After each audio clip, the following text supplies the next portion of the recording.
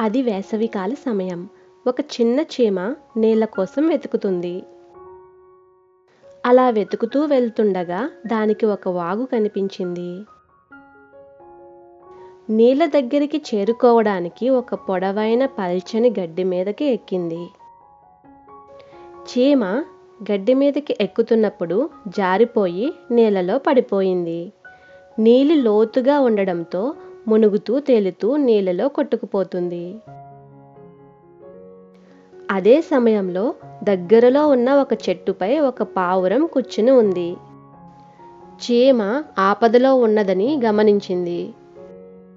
వెంటనే తను చెట్టుపై నుండి ఒక ఆకుని తీసి నీళ్ల దగ్గరికి వచ్చి నీళ్లలో ఆ ఆకుని వేసింది. చీమ ఆ ఆకుపై ఎక్కి తన ప్రాణాలను రక్షించుకుంది.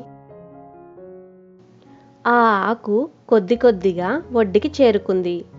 తరువాత చీమ పావురానికి కృతజ్ఞతలు చెప్పింది. ఇలా కొన్ని రోజులు గడుస్తుండగా ఒకరోజు వేటగాడు అక్కడికి వచ్చాడు. అతడు పావురాన్ని చూసి దాన్ని పట్టుకోవడానికి తుపాకీని పావురానికి గురిపెట్టాడు. ఇంతలో అక్కడి నుండి చీమ వేటగాన్ని గమనించింది.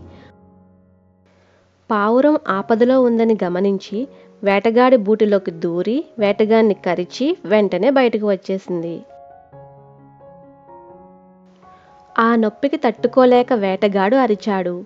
ఇంతలో పావురానికి పెట్టిన గురి తప్పి తుపాకీ గాల్లోకి పేలింది. ఆ శబ్దాన్ని విన్న పావురం పరిస్థితిని అర్థం చేసుకుని వెంటనే చెట్టు నుండి ఎగిరిపోయి తన ప్రాణాన్ని రక్షించుకుంది. తరువాత పావురం చీమ దగ్గరికి వచ్చి తను చేసిన సహాయానికి కృతజ్ఞతలు చెప్పింది.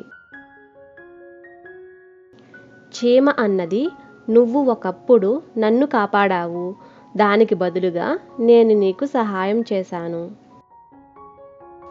ఈ కథలోని నీతి, మనం ఒకరికి సహాయం చేస్తే మనం ఆపదలో ఉన్నప్పుడు ఆ సహాయం తిరిగి వస్తుంది.